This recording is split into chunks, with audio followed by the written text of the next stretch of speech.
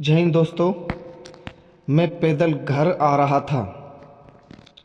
रास्ते में एक बिजली के खंभे पर एक कागज लगा हुआ था।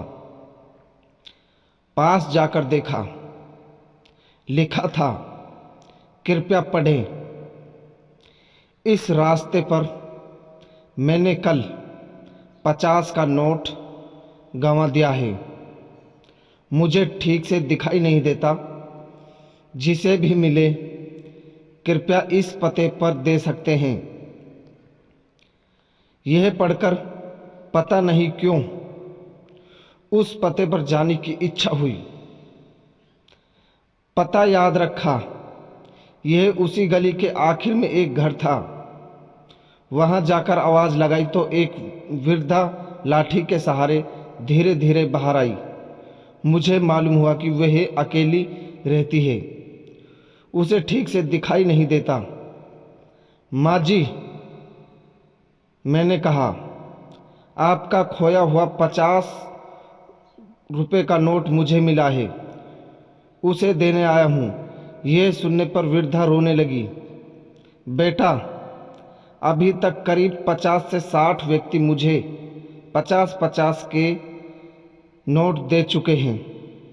मैं पढ़ी लिखी नहीं हूँ, ठीक से दिखाई नहीं देता। पता नहीं कौन मेरी इस हालत को देख मेरी मदद करने के उद्देश्य से लिख गया है।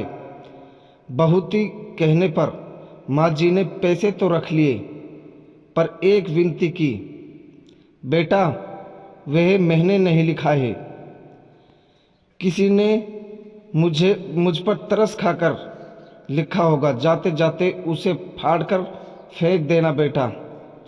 मैंने हाँ कहकर टाल तो दिया, पर मेरी अंतरात्मा ने मुझे सोचने पर मजबूर कर दिया कि उन 50-60 लोगों से भी माँ ने यही कहा होगा। किसी ने भी नहीं फाड़ा। जिंदगी में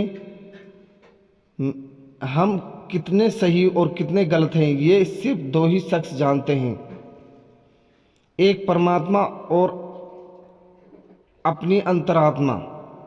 मेरा हृदय उस व्यक्ति के प्रति कृतज्ञता से भर गया जिसने इस वृद्धा की सेवा का उपाय ढूंढा। सहायता के तो बहुत से मार्ग हैं, पर इस तरह की सेवा मेरे हृदय को छू गई। और मैंने भी उस कागज को फाड़ा नहीं।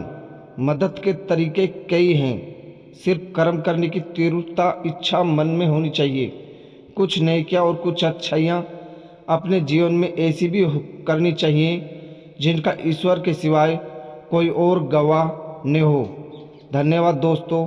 ऐसी ही इमोशनल, मोटिवेशनल, शिक्षाप्रद कहानी पढ़ने और सुनने के लिए हमारे चैनल को सब्सक्राइब करें।